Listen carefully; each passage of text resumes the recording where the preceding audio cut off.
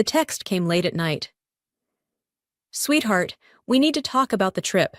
We've decided to postpone it until next year."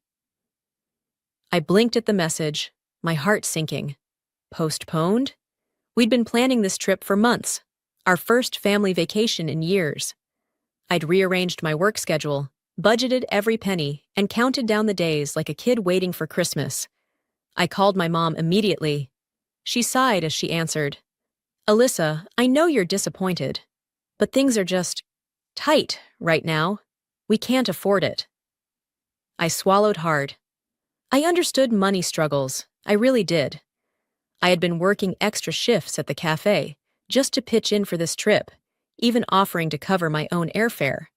But something about the way she said it, like the decision had already been made, like my feelings didn't matter, felt like a slap in the face.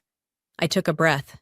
If it's about money, maybe we can find a cheaper hotel or shorten the trip. She hesitated, just for a second, but I heard it. "Alyssa," she said gently, "it's just not the right time. We'll make it happen next year, I promise." A promise.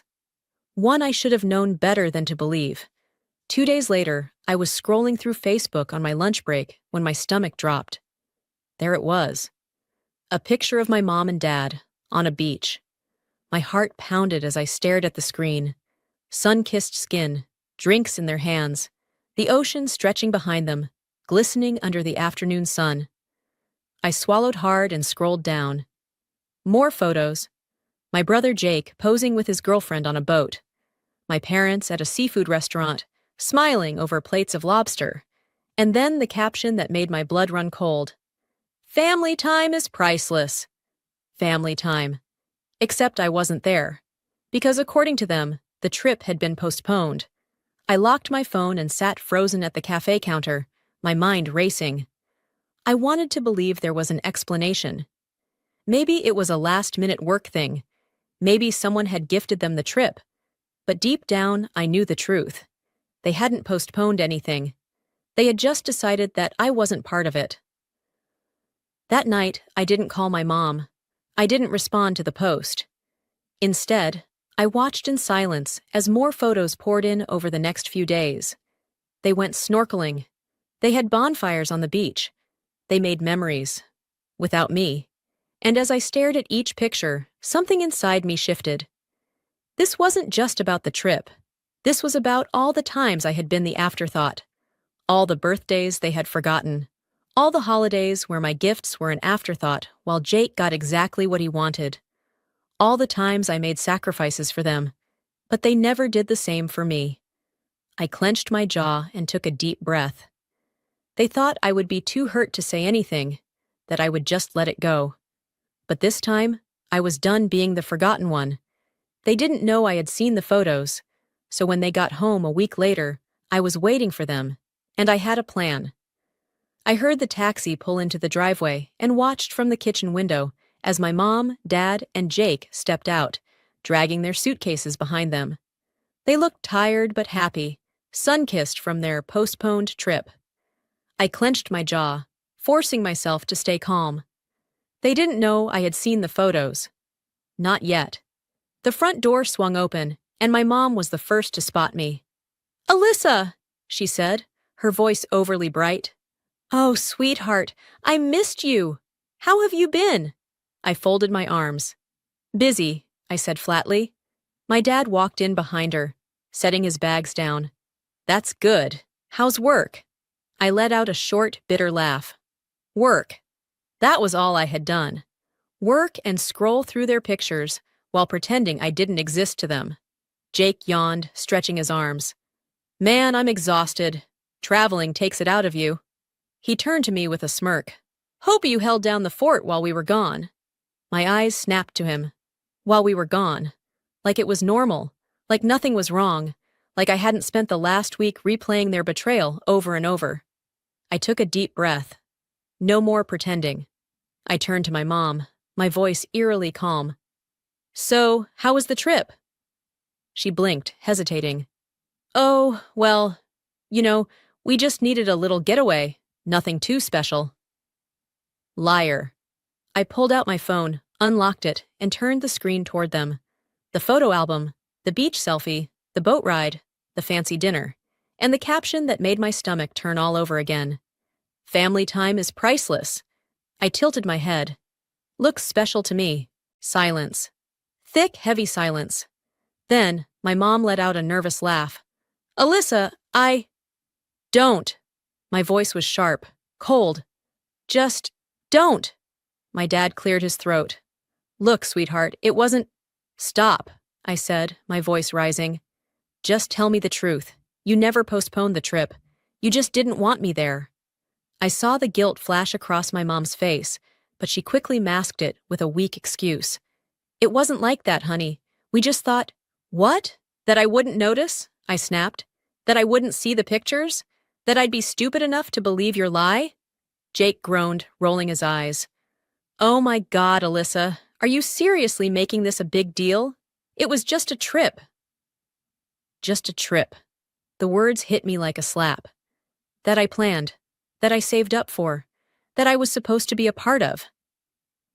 I shook my head. You could have told me the truth, but instead, you lied. You made me feel like I wasn't worth bringing. Jake scoffed. You're being dramatic. I let out a bitter laugh. No, Jake, I'm finally being honest. My mom stepped forward, reaching for my hand. Alyssa, please. I pulled away. Number not this time. They needed to hear this. This isn't just about the trip. It's about every single time I've been treated like I don't matter. Every holiday where Jake got exactly what he wanted, and I got whatever was convenient. Every time I put you guys first and you didn't even notice. I swallowed, my voice shaking.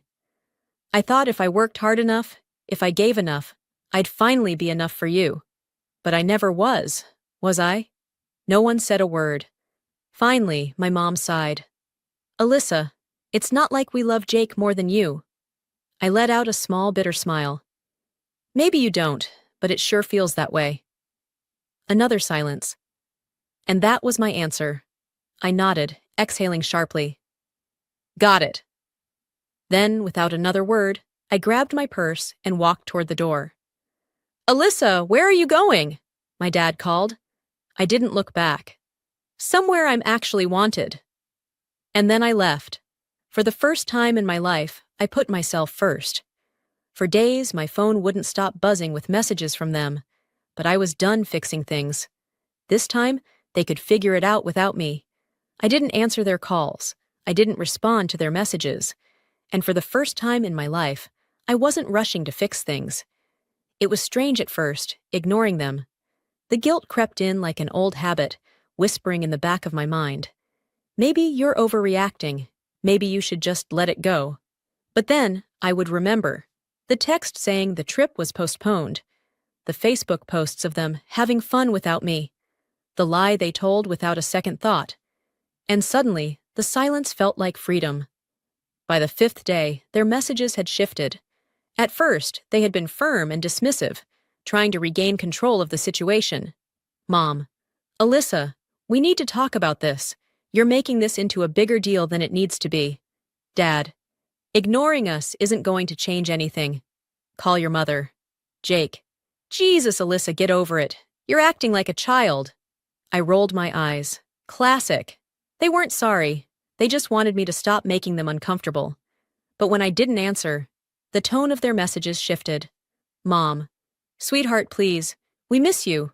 We never meant to hurt you. Dad, we should have handled things differently. Let's talk. And then, the one that nearly got me. Mom, Alyssa, I feel awful. I can't sleep knowing you're upset with us. For a brief moment, I almost responded. Almost. But then I asked myself a question. If I had never seen the photos, would they have ever told me the truth? Would they have ever felt guilty at all? The answer was painfully clear. So I locked my phone and let the silence continue. It wasn't easy. I had spent years being the one to reach out first, the one who smoothed things over, the one who made excuses for them. So sitting with the silence, holding my boundary, felt unnatural at first. But as the days passed, I realized something. They weren't reaching out because they missed me. They were reaching out because they missed the role I played in their lives. The fixer, the peacekeeper, the afterthought who never made waves. And now that I was refusing to be that person, they didn't know what to do.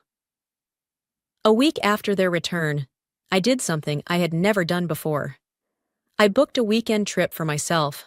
Nothing extravagant, just a quiet cabin in the mountains, far away from everything.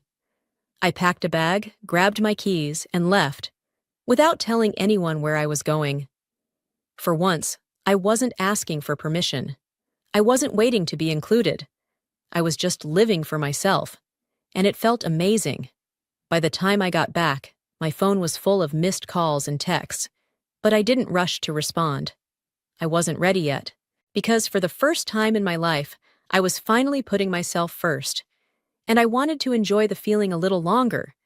They weren't used to me ignoring them, so when my silence lasted longer than they expected, they showed up at my door, and I was ready. I knew it was coming. The moment I ignored their calls, their messages, their guilt trips, I knew my parents wouldn't just let it go. So when I heard the knock on my door that Saturday afternoon, I wasn't surprised. I took a deep breath, setting down my coffee. My hands weren't shaking. My heart wasn't racing. I was ready. I opened the door to find my mom and dad standing on my porch. They looked different. Not angry, not smug, not demanding. They looked nervous. "Alyssa," my mom said softly, tucking her purse under her arm. "Can we come in?" I leaned against the doorframe. "Depends," I said evenly. "Are you here to actually listen, or just to tell me why I'm wrong for being upset?" My dad sighed. "We're here to talk, really talk." I studied their faces. They weren't ordering me to let them in. They weren't dismissing my feelings like they had in their messages. They were asking. That was new. I stepped aside. "Fine," I said. "Come in." I led them into the living room. The air felt thick with things unsaid. My mom sat on the couch, hands folded in her lap. My dad stayed standing, like he wasn't sure if he belonged. I sat across from them, arms crossed, waiting. It was my mom who finally spoke first. "I don't know where to start," she admitted. "The truth is a good place," I said flatly. She flinched. My dad exhaled through his nose. "We messed up." I blinked. I hadn't expected him to say that. My mom looked down at her hands. "Alyssa, when we said the trip was postponed, it was a lie. No excuses, no dancing around it, just the truth." I swallowed, my throat tight. "Why?" She hesitated, then finally said, "We thought it would be easier." Easier. Just like she had texted me. I clenched my jaw. "Easier for who?" Silence. "For you?" I pressed. "For Jake?" I let out a bitter laugh. "Because it sure as hell wasn't easier for me." My dad ran a hand over his face. "We didn't think it would hurt you this much," I scoffed. "You didn't think at all." My mom's voice cracked. "We thought you'd understand." Understand. The same word they had used in their messages. The word that meant nothing. I leaned forward. "Tell me the truth. If I hadn't seen those pictures, would you have ever told me?" Neither of them spoke. That was my answer. I swallowed the lump in my throat and forced my voice to stay steady. "Do you have any idea what that felt like? To see you all having fun without me? To know that I was never even considered?" My mom's eyes shimmered with guilt. "Alyssa, we love you." I shook my head. "You don't treat people you love like that." My dad sighed, rubbing the back of his neck. "We failed you, sweetheart. We should have been honest." I stared at him, then at my mom. "Why are you really here?" I asked. "To apologize? Or to make yourselves feel better?" They hesitated. Then my mom said, "Both." At least that was honest. We sat in silence for a long time. Finally, my mom said, "I don't know how to fix this." I exhaled slowly, feeling the weight of all the years of being second place. And I realized something. I didn't need them to fix it. I just needed them to understand it would never be the same. "I don't know either," I admitted. "But I do know this. I'm not going to be the one to fix it for you." My dad nodded, slow and understanding. My mom wiped at her eyes. What do we do now? I met her gaze. That's up to you. They thought an apology would be enough, but apologies don't erase years of being treated like an afterthought. This time, they had to prove they were willing to change. Apologies were easy. Change? That was the hard part. After my parents left that day, I didn't feel relieved. I didn't feel like anything had really been fixed. They had admitted their mistake. They had apologized. But I had heard apologies before. It was their actions that had always told a different story. And this time, I wasn't interested in words. I wanted proof. For the first time in my life, I didn't go out of my way to reach out first. I didn't text them good morning. I didn't send updates about my life. I didn't check in to see if they needed anything. For the first time, I made them do the work. And at first, nothing happened. Days passed, then a week, then 2, and I thought, there it is. That's the proof I needed. If I wasn't the one putting in the effort, there was no effort at all. I should have known. I should have expected it. But somehow, it still hurt. It wasn't until the 3rd week that things started to shift. It was a random Tuesday when my mom called. I let it go to voicemail. Then came a text. Mom. Hey, sweetheart. Just thinking about you. Hope you're doing okay. A part of me wanted to ignore it, to keep the distance. But another part of me, the part that had been waiting for any sign that they actually cared, hesitated. I didn't reply right away. Instead, I waited. The next day, my dad texted too. Dad, miss you, kid. Let's get dinner sometime. I stared at the message, emotions colliding inside me.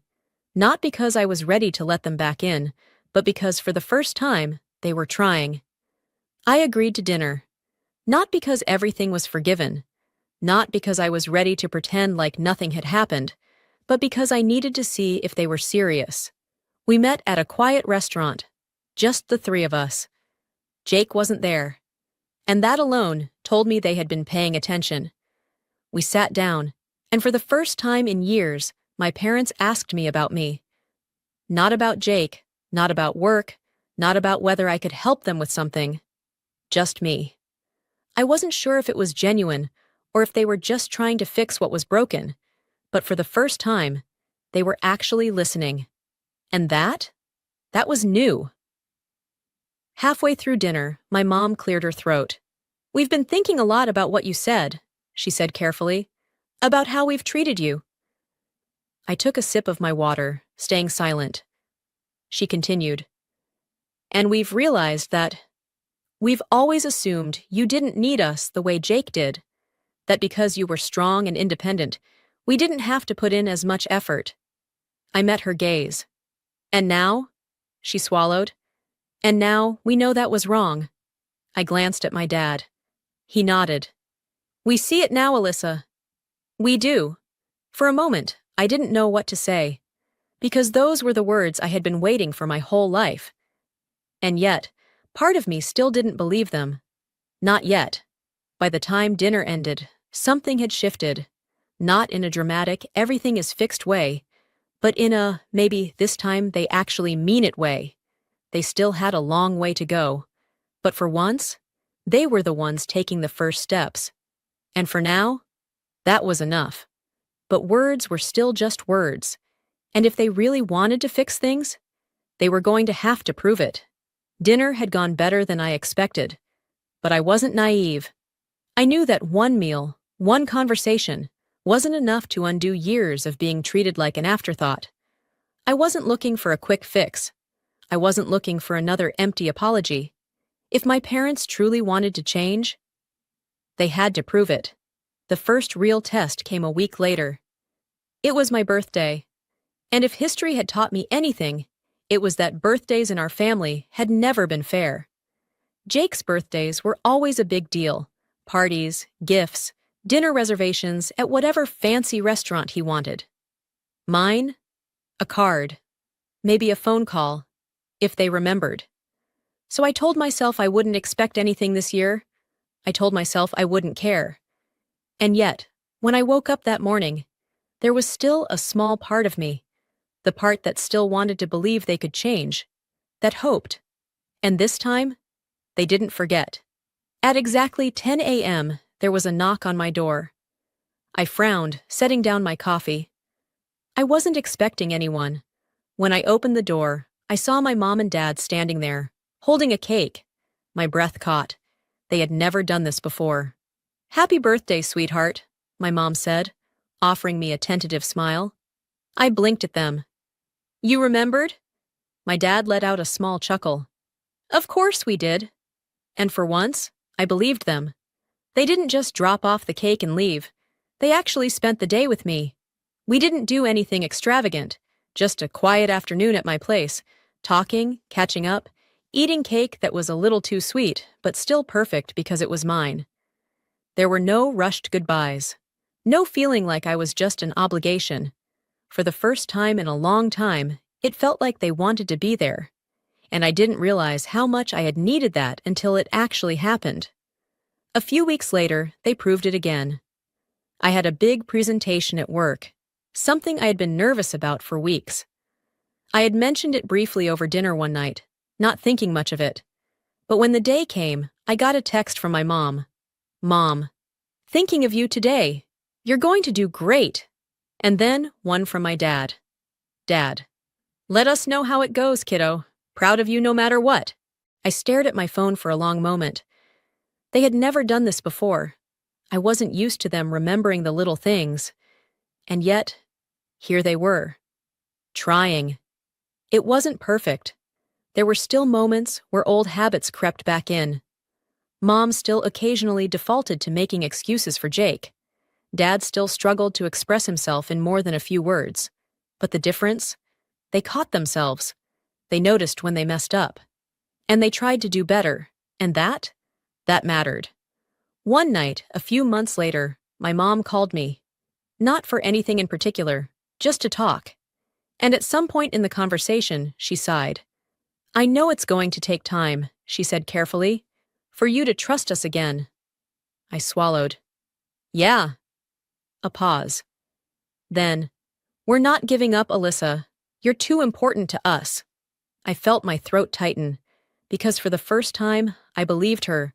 But for the first time in my life, I finally felt like I mattered. Change didn't happen overnight.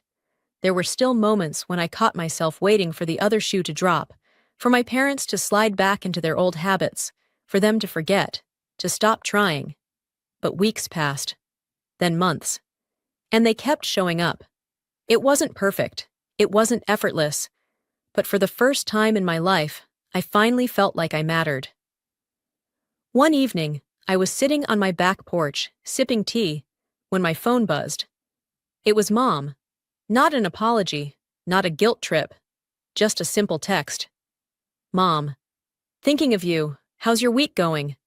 I stared at the screen, something warm settling in my chest, because that message wouldn't have existed a year ago. A few weeks later, I got another surprise. I had been saving for a trip, a solo vacation, just for me. I hadn't told my family much about it, mostly because I didn't want to deal with their opinions. But then, one night at dinner, my dad asked, "So when's your trip?" I blinked. "You remember?" He smirked. "Of course. It's Italy, right?" My mom nodded. "We were actually talking about it the other day. Do you need help with anything? Packing? Planning?" I studied them carefully, waiting for some catch. But there wasn't one. They weren't offering because they wanted something in return. They were offering because they wanted to be part of my life. And that was new. The night before my flight, I got a text from Jake. I almost didn't open it. But curiosity won. "Jake, Mom won't say it, but she's freaking out about you traveling alone. You know how she is." I rolled my eyes. Typical. Then another message came through. "Jake, you're actually doing it, huh? Living your life on your own terms." I hesitated before replying. Me. "Yeah, I am." There was a long pause before his final message arrived. "Jake, that's kinda badass, sis." As I stepped off the plane in Rome, the weight of the last year settled on me. I had spent so much of my life waiting for my parents to see me, waiting for them to include me, waiting for the day when I wouldn't feel like an afterthought. But I wasn't waiting anymore. I was choosing myself. I had built a life where I didn't have to chase their approval. And somehow, in doing that, they had finally learned how to show up for me. A few days into my trip, I was sitting at a cafe when my phone buzzed. A group message. Mom, we just saw your latest photos. Rome looks amazing. Call us soon? We miss you. I smiled. Not because I needed their approval, but because, for the first time, they weren't just saying the words, they meant them. And for the first time in my life, that was enough. You shouldn't have to beg for love. You shouldn't have to fight to be included. And if the people around you don't see your worth, choose yourself. Because sometimes when you stop waiting to be seen, that's when they finally notice.